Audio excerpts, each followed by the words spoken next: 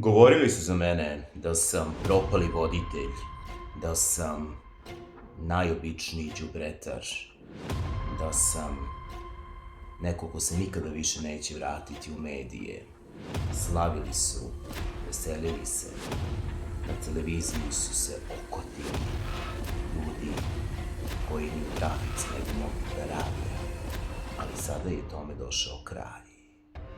Poštovana Srbijo, tražili ste moj povratak i ja, Dejan Stanković, kralj, danas na zadušnice želim da saopštim da ću sahraniti svoju konkurenciju na mom YouTube kanalu za samo par sati.